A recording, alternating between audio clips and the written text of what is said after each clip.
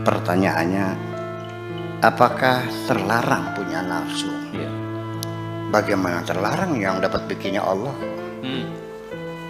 Yang Hmm. menaruh nafsu dalam diri kita juga Allah, masa terlarang? Iya, ya boleh-boleh saja.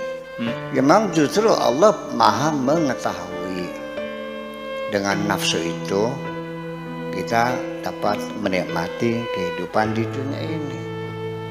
Tanpa nafsu, mana enaknya pegang pahanya perempuan yang cantik? Mana enaknya melihat seorang perempuan yang cantik jelita? Kalau tanpa nafsu, dari mana enaknya makan sate kambing? Justru dengan satu itu kita merasa nikmat. Dan Allah juga tidak menyuruh membunuh nafsu. Jangan, nggak bisa. Nafsu nggak bisa dibunuh. Ya, engkaunya melek, nafsunya melek. Engkaunya tidur, nafsunya melek. Engkaunya berdiri, nafsunya berdiri. Engkaunya tertidur, nafsunya Berdiri terus. Ya, lebih siap nafsunya. Jadi di sini kita harus mengerti, Allah tidak menyuruh kita melawan nafsu. Tidak. Allah hanya memperingatkan, berhati-hatilah, di dalam dirimu ada nafsu. Kita ajak. Jadi nafsu itu diusir, datang lagi. Nafsu dibunuh, hidup lagi. Kamu tendang pergi, pakai baju putih, datang lagi bajunya hitam. Orangnya itu juga. Ya, kamu injak-injak, pergi, datang lagi ganti baju. Kau kira orang lain, itu juga nafsunya. Dan tidak akan pernah berhenti. Kapan nafsumu mati? Ketika engkau mati. Karena dia akan mati bersamamu. Jadi begini maksud Tuhan tuh.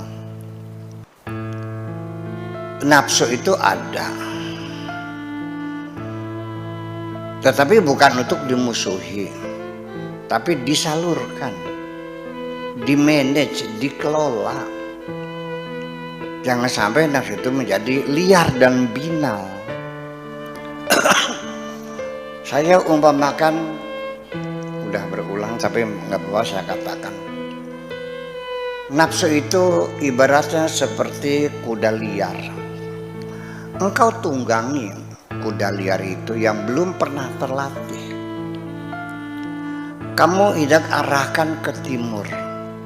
Kuda itu kuda binal. Nurut enggak ke timur? Tetap dia ke barat, engkau ke timur. Kau cambuk kuda itu, semakin kencang dia berlari. Kemana larinya? Dalam pertarungannya secara physically, engkau dengan nafsu, yang menang adalah kuda. Itu kan persoalannya. Nah makanya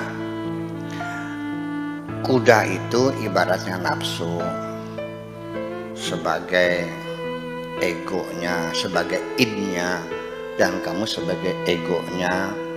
Makanya dilatihlah, dijinakanlah nafsu itu supaya dia punya potensi, punya kekuatan yang luar biasa untuk menghantar kamu kepada tujuan. Tapi kalau tidak terlatih gimana? Malah akan membuat kamu terpelanting akhirnya, kan begitu.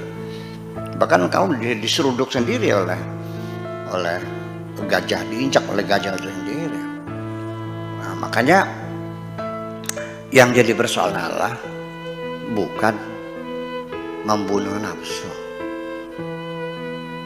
Ini Siti Zulaikha, perempuan yang tergila-gila kepada Yusuf, mengatakan di dalam Al-Quran diceritakan sebagai isyarat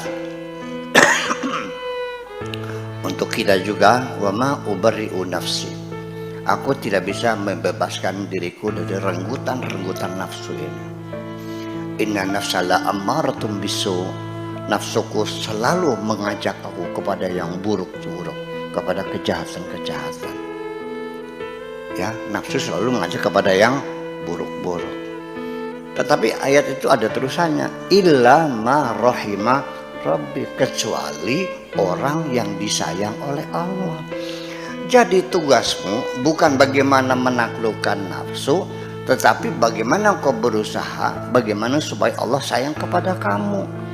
Nanti Allah lah yang mengecilkan volume nafsu itu sehingga bisa kau kendalikan dengan mudah. Itu aja persoalannya kok. Oke, jelas? Jelas Raif?